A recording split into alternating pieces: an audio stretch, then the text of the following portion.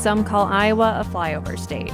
Others say nothing interesting happens here. At Iowa Public Radio, we know there are interesting things worth sharing every day. Fresh perspectives waiting to be heard. And that Iowa connection that adds meaningful relevance to what's happening anywhere else in the world. Find your interests, find perspective, find relevance. Find it on IPR.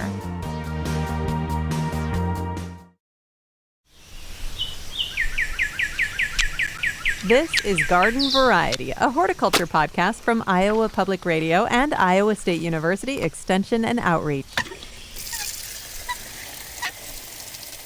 I'm Charity Nebbe. Most of the plants in our vegetable gardens have done their duty and served their purpose, but that doesn't mean there isn't more work to be done. Today, we're going to put together your to-do list for the next few weeks in your vegetable garden, and there's no better person to help us do that than Ajay Nair, professor and chair of horticulture at Iowa State University. Hello, Ajay. Good morning, Charity. And Ajay, most of the plants have done their duty. There are still some plants producing. I know a lot of people like to harvest their Brussels sprouts after the first frost, and kale is still out there getting the job done. But for the most part, the growing season is pretty much over, right? That's very true, Charity. As you mentioned, there are still some crops out there. For example, peppers are still producing. Tomatoes are slowing down.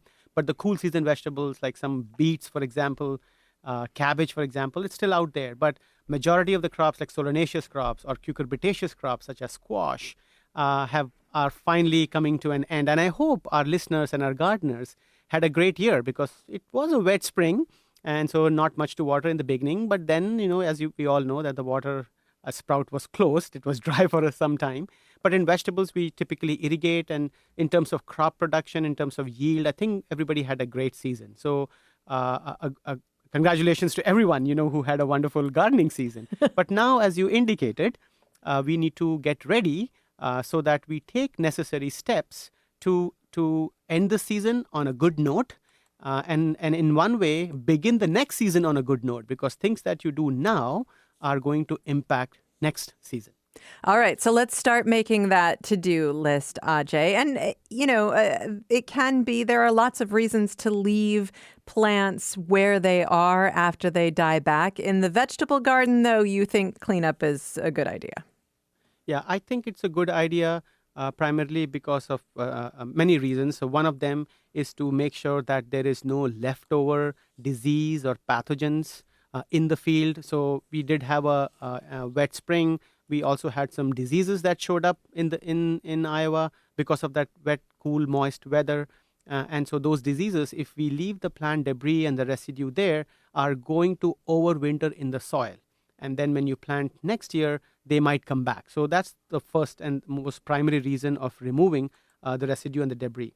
The second thing I think of in a vegetable garden and clean up at this time is also an opportunity to make a mental note, and also maybe put it down in your sheet of paper or your diary of where the plants were this year. Because next year you don't want to put same crops in the same area or that belong to the same family. And that is the principle of crop rotation. If we can avoid putting tomatoes where peppers were last year, or eggplant were last year, or potatoes were last year, that's good, because then also you limit the chance of carryover from diseases. So this is a good time to clean up, make notes of where plants were, so you are ready for the next season. Well, and Ajay, that is really good advice about writing it down or making a note, maybe taking some pictures that help you remember, because I am a person who used to think, well, I will always remember what happened last year, but the seasons start to seem similar in our memory. Yeah. It can be hard to remember when it's time to plant in the spring. Yeah, that's true. In the spring, when we come back, all the fall leaves are there. There's no boundaries, and you start working, and you forget where this plant ended or this crop ended versus where the other started. So, taking those pictures, make use of your smartphones at this point of time, and have that as a record of, okay, this was here. Next year, yeah, I'm going to flip. And that's an easy decision at that point of time. So that's important. Another thing I wanted to mention was fall is a great time to maybe do soil testing. If you have not tested your soil for, let's say, 3-4 years, I would recommend testing your soil in the fall. a basic testing to know what the pH in your soil is, what the EC is, how much of calcium and magnesium and phosphorus and potassium, sometime even micronutrients. We recommend testing micronutrients every 4 years. But if not anything, the most important thing we can learn from a soil test report is the soil pH. And the reason we want to test it now is because if you want to change your soil pH, for example, let's say it's too acidic, and in that case you have to add lime, or if it's too basic, in which case you have to add elemental sulfur, fall is the best time to do because it takes time for those amendments to be mixed in the soil and do their work so that by next season, by March or April, the soil comes to the right pH. So that's also an important reason why we need to think of fall cleanup and also think of soil testing here in the fall. Why do you recommend soil testing so often? Micronutrients, as the name suggests, these are needed in very minute amounts. So every 4 years of testing is good for micronutrients. For other macronutrients, such as phosphorus, potassium, magnesium, calcium, in commercial setup, we recommend every year. But for homeowners, I feel like you don't have to do it every year. Every other year is good, primarily because some of the amendments which they add in their garden and landscape, for example, compost, helps to buffer things, helps to provide the nutrients and keep the soil in good health and quality. Thinking of fall cleanup, I will, me and Aaron were talking while walking up here. Fall is also a good time based on your soil testing to add to your, manage your pH, but also to add compost or manure to those plots.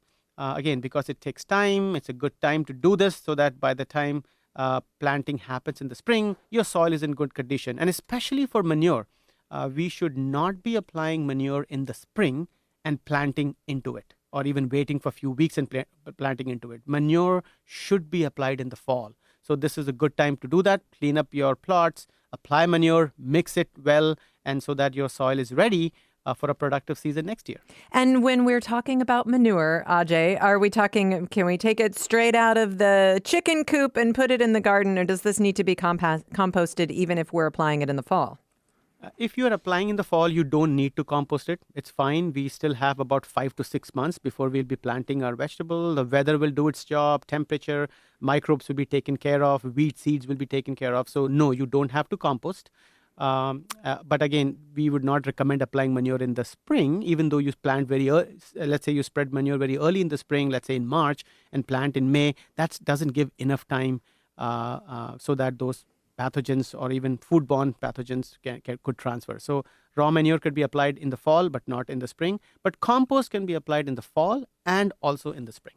I know a lot of people who just kind of have a compost routine, maybe even a manure routine, where they just apply it every fall as of course. Do you recommend waiting for your soil testing to come back before you do that? Ideally, we look at the soil test and we decide what nutrients are needed, or basically the pH adjustment is the major thing you do. But if these are small amounts, quantities, if they have a tumbler composter and if that compost is ready, go ahead and apply. Don't wait for the soil testing. You can do the soil test before you apply and maybe use it for next year. But I would rather not apply compost and keep it on hold, and the weather changes and you didn't get time to apply and incorporate it. I don't want to have that happen. So go ahead and apply the compost. All right. Well, and I don't want to belabor this point, but I think that a lot of us do feel, especially with compost, that more is always better. Are we wrong? So I would say not all compost is created equally. Or are the same, depending on how the composting process was. Compost quality can change. If not done correctly, that compost might not be of good quality. And if you apply a lot of it, then you are hurting the plants or the soil. So making sure the composting process was done well. And if the compost is good quality, no ammonia smell, it has cured for a while and it's good quality. Typically in vegetable systems, when we talk about organic production, for example, you will see, we routinely see growers applying anywhere between 5 to 10 tons to an acre. So that's a solid amount of compost. I don't think so. Our homeowners would be on that range, but No. that's the typical range we use. So it's okay what you have in your tumbler, or if you have a cage composter, just spread it evenly, mix it well in the soil, and that should be good. All right. Now, of course, we want to preserve our soil. We want to preserve our soil fertility.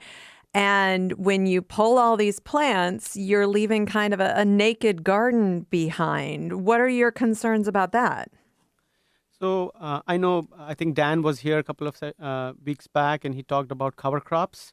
That is something you can do if you are interested to, protect the soil. And if you are in an area where it's a slope and you could see that the soil could, wash away, seeding a cover crop would help because the cover crops will hold the soil in place. Aaron and I were working on a publication for homeowners that's dedicated for homeowners, so that we know these are smaller acreages.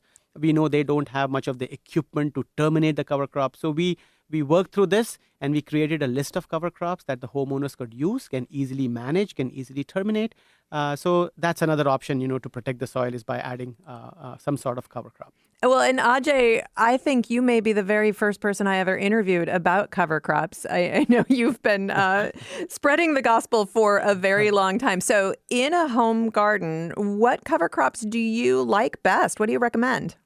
Yeah, so with the homeowners, and even for commercial growers, if they are getting into the cover cropping area for the first time, I suggest planting something that they can easily manage or terminate. So think of your exit strategy first before seeding. So you don't want something that is very difficult to terminate in the spring. You mow and it still comes back, and now you have to plant your tomatoes or your squash or your lettuce. So you don't want to be in that situation. So maybe focusing on cover crops that will not overwinter here in Iowa, which means that the winter will take care of it. So there are crops that do not. For example, let's say buckwheat. I know it's a little late to plant buckwheat now because it's a warm season cover crop, but buckwheat will not overwinter. Crimson clover, for example, will not overwinter here in Iowa. Oats will not overwinter. So those are some cover crops I would suggest. Just looking at the tag, looking at the information of the crops that are summer cover crops. Cowpea, for example, is a great cover crop. Sun hemp is another cover crop. Sorghum, Sudan grass, another. So there are many cover crops that do not overwinter. So that will be my strategy. All right. And in 20 seconds, is there still time to plant cover crops in your home garden, or is this a plan to make for next year? Yeah, I would say maybe make a plan for next year, because at this point, the cover crops that will do well and will establish would be cereal rye, which you can plant all the way till middle or end of November, hairy vetch, but they are difficult to terminate. You have to be really on top of them to terminate. So maybe make plans for next year. All right. Ajay Nair, professor and chair of horticulture at Iowa State University. For more gardening information and tips, subscribe to our Garden Variety newsletter, ipr.org/garden. I'm Charity Nebbe. Garden Variety is a production of Iowa Public Radio and Iowa State University Extension. It's produced by me, Erin Stile, Caitlin Troutman, and the Iowa Public Radio talk show team. For more garden goodness, please subscribe to our Garden Variety newsletter. Just go to iowapublicradio.org/garden. I'm Charity Nebbe. See you next time.